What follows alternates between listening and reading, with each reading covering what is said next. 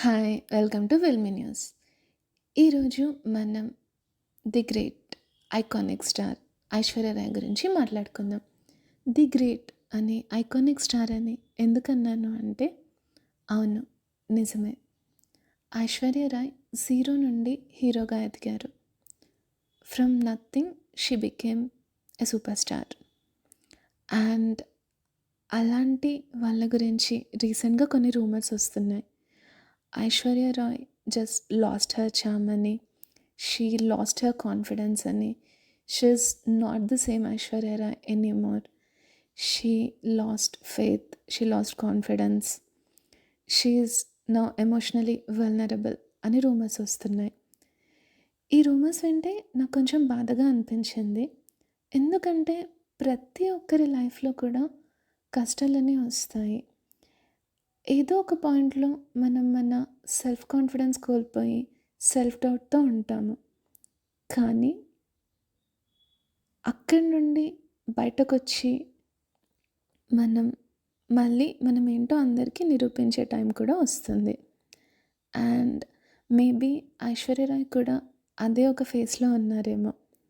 And she already proved once zero నుండి super స్టార్గా ఎదిగి మళ్ళీ ఖచ్చితంగా తను ఏంటో అందరికీ మళ్ళీ నిరూపిస్తుంది అనే నమ్మకం నాకైతే ఉంది.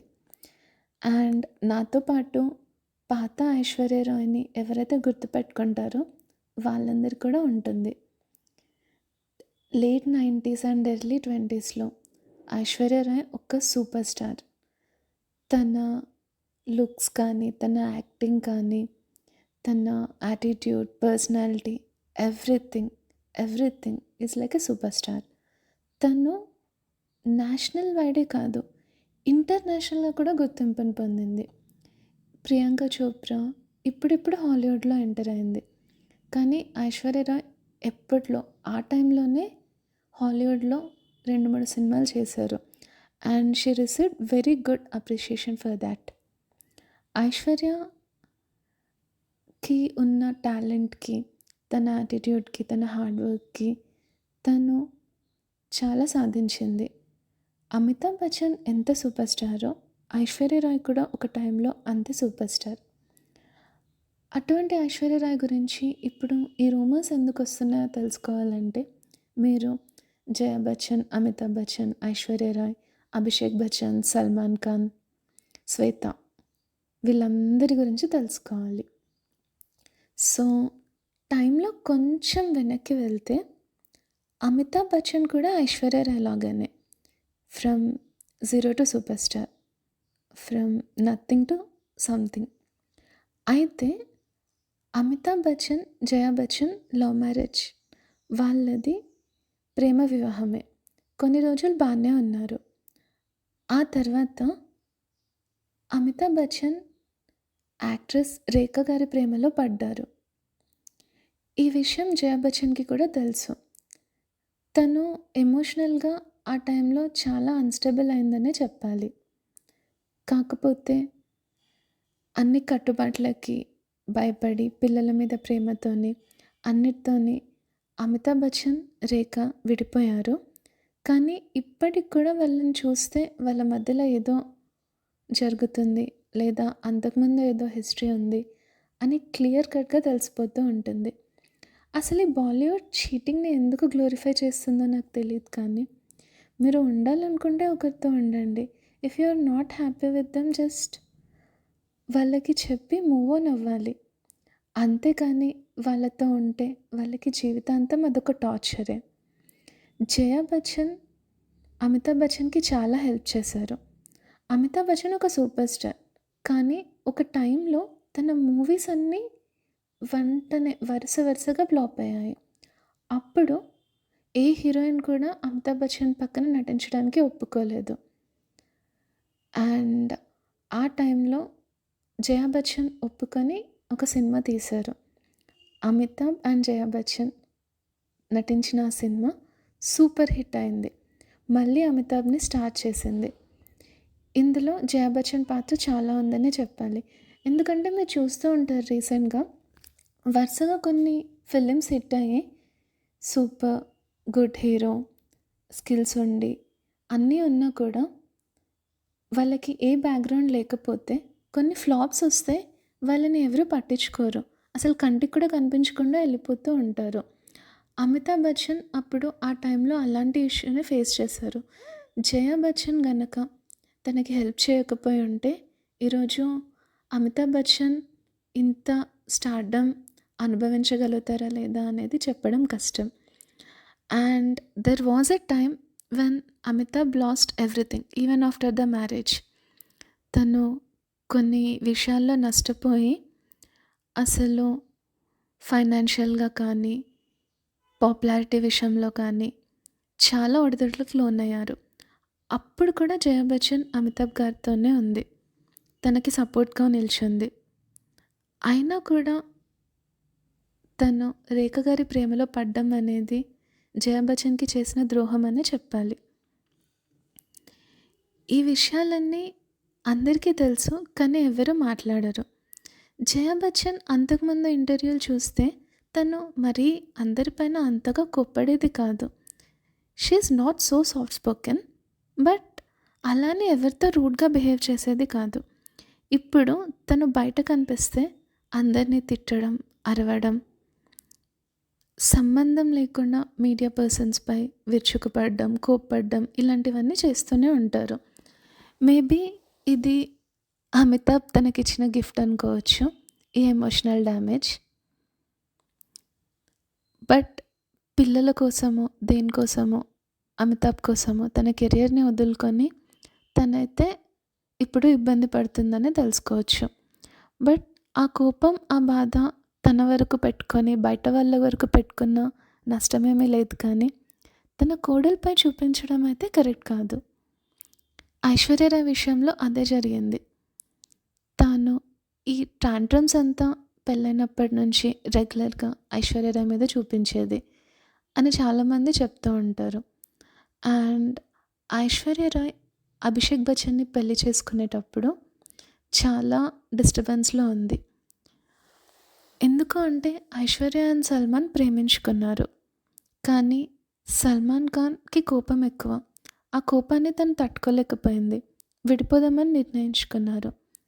కానీ Salman Khan he is also a super star. తను తలుచుకుంటే హీరోయిన్స్‌ని క్రియేట్ చేయగలడు.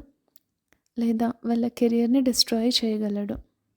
సల్మాన్ ఖాన్‌తో విడిపోయిన తర్వాత ఐశ్వర్య రాయ్‌తో సినిమా చేయడానికి ఎవరూ ముందుకు రాలేదు. ఎందుకంటే భయపడ్డారు. అండ్ ఐశ్వర్య రాయ్‌కి అప్పటికి చాలా డబ్బుంది. తను డబ్బు కోసం ఏమీ అమితాబ్ బచ్చన్ వాళ్ళ ఇంటికి వెళ్ళలేదు. ఐశ్వర్య రాయ్ అభిషేక్ బచ్చన్ని నిజంగానే పెళ్లి చేసుకున్నప్పుడు తనకి డబ్బు మీద ఆశ లేదు. ఎందుకంటే she is already A super star. తను తన ఫ్యూచర్ జనరేషన్స్ కూర్చొని తిన్న తరగని ఆస్తి ఉంది. అండ్ ఆ టైంలో అమితాబ్ బచ్చన్ ఫైనాన్షియల్‌గా కూడా స్టేబుల్‌గా లేడు. అమితాబ్ బచ్చనే స్టేబుల్‌గా లేకపోతే అభిషేక్ బచ్చన్ ఇంకా అస్సలు స్టేబుల్‌గా లేడు. వాళ్ళు అప్పుడు ఫైనాన్షియల్‌గా ఇబ్బందుల్లో ఉన్నారు. ఐశ్వర్యతో అభిషేక్ పెళ్లి జరిగిన తర్వాత కొన్ని రోజులకి మళ్ళీ 'కౌన్ బనేగా కరోడ్‌పతి' ప్రోగ్రామ్‌లో అమితాబ్ బచ్చన్ పార్టిసిపేట్ చేసి హోస్ట్‌గా పార్టిసిపేట్ చేసి మళ్ళీ ఫైనాన్షియల్‌గా నిలదొక్కుకున్నారనే చెప్పొచ్చు. And Amitabh Bachchan really made few very good investments. తను ఆ టైంలోనే బ్లాక్ చైన్ టెక్నాలజీకి సంబంధించిన ఒక కంపెనీలో ఇన్వెస్ట్ చేశారు. ఇది ఇప్పుడు కోట్లు కురిపిస్తుంది. బట్ ఐశ్వర్య రాయ్ అయితే అభిషేక్ బచ్చన్ని డబ్బు కోసం పెళ్లి చేసుకోలేదు. ఎందుకు అంటే అప్పుడు వాళ్ళ దగ్గర డబ్బు కూడా మరీ ఎక్కువగా లేదు. అప్పుడు అమితాబ్ బచ్చన్ అండ్ అభిషేక్ బచ్చన్ కంటే ఐశ్వర్య రాయ్ దగ్గరే ఎక్కువ డబ్బు ఉంది. కానీ తను ఆ టైంలో ఒక పెద్ద ఫ్యామిలీ అండ కోరుకుంది. సల్మాన్ ఖాన్ నుంచి తనని కాపాడే ఒక పెద్ద ఇన్‌ఫ్లుయెన్స్ అండ్ హోదా ఉన్న ఫ్యామిలీ కావాలనుకుంది. ఒక మంచి కుటుంబంలో జీవించాలనుకుంది. అందుకే అభిషేక్ బచ్చన్ని పెళ్లి చేసుకుంది. అండ్ తన లైఫ్‌లో నిజం కష్టాలు అప్పటినుంచే మొదలయ్యాయని చెప్పొచ్చు. ఎందుకంటే అభిషేక్ బచ్చన్ తన మమ్మీ మాట ఎక్కువగా వినేవాడు. He is a mamma's boy అని చెప్పొచ్చు. And Aishwarya success made Abhishek Bachchan insecure. చాలా ఇన్సెక్యూర్ అయ్యాడు అభిషేక్ బచ్చన్. ఇది చాలా ఇంటర్వ్యూస్లో కూడా చూడొచ్చు. తను అండ్ ఐశ్వర్య రాయ్ ఎక్కడైనా ఫంక్షన్స్ కానీ ఎటైనా వెళ్ళినప్పుడు వాళ్ళు ఫొటోస్ తీసుకుంటే ఐశ్వర్య రాయ్ని మధ్యలోనే వదిలేసి కోపంగా వెళ్ళిపోవడం క్లియర్గా తన ఫేస్లో చూడొచ్చు తను జెలసీ ఫీల్ అవుతున్నాడని. అండ్ ఐశ్వర్య రాయ్, జయా బచ్చన్ అండ్ అభిషేక్ బచ్చన్ యొక్క ఈగో సాటిస్ఫై చేయడానికి తన జీవితంలో ఇన్ని రోజులు గడిపారని చెప్పొచ్చు. జయా బచ్చన్ని ఒక ఇంటర్వ్యూలో ఐశ్వర్య రాయ్లో మీకు నచ్చేది ఏంటి అని అడిగినప్పుడు తను ఏం చెప్పిందంటే తను ఎటైనా బయటకు వచ్చినప్పుడు సైలెంట్గా ఉంటుంది, నాకు మా ఆయనకి మర్యాద ఇస్తూ వెనకాలే నిల్చుంటుంది అండ్ తనకంటే ఎక్కువగా ఇంపార్టెన్స్ వాళ్ళకే ఇస్తుంది. ఇందులో పెద్ద తప్పేమీ లేదు, తను అప్రిషియేట్ చేసింది ఓకే. బట్ తను జయా బచ్చన్ ఎలా మాట్లాడింది అంటే ఐశ్వర్య రాయ్ ఇంకా సైలెంట్ అయిపోవాలి, సినిమాల్లో యాక్ట్ చేయకూడదు, ఏం మాట్లాడకూడదు, వెనకాలే ఉండాలి అండ్ తను ఒక సూపర్ స్టార్ అన్న విషయం తను మర్చిపోవాలి అనుకుంటుంది.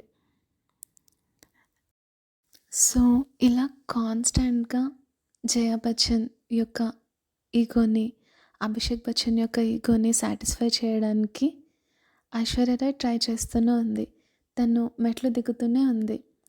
ఇలాంటి టైంలో ఇన్ని సంవత్సరాలుగా ఇలా జరుగుతున్నప్పుడు ఎవరైనా కూడా వాళ్ళ కాన్ఫిడెన్స్ని ఎంతో కొంత కోల్పోతూ ఉంటారు. ఈ విషయం మనం తన సినిమాల్లో ఈజీగా చూడొచ్చు. ఏ జవానీ హే దివానీలో తను చాలా బాగా యాక్ట్ చేసింది, కానీ యాక్ట్ చేసిన తర్వాత వాళ్ళ ఇంట్లో గొడవలు స్టార్ట్ అయ్యాయి. ఎందుకంటే ఇది ఒక బోల్డ్ మూవీ అనే చెప్పొచ్చు అండ్ ఐశ్వర్య రాయ్ క్యారెక్టర్ కొంచెం బోల్డ్గానే ఉంది. ఆ విషయంలో కూడా తను చాలా నెగటివిటీ తన ఇంట్లో ఎదుర్కొంది. వీటన్నిటికీ తోడుగా అభిషేక్ బచ్చన్ యొక్క సిస్టర్ శ్వేత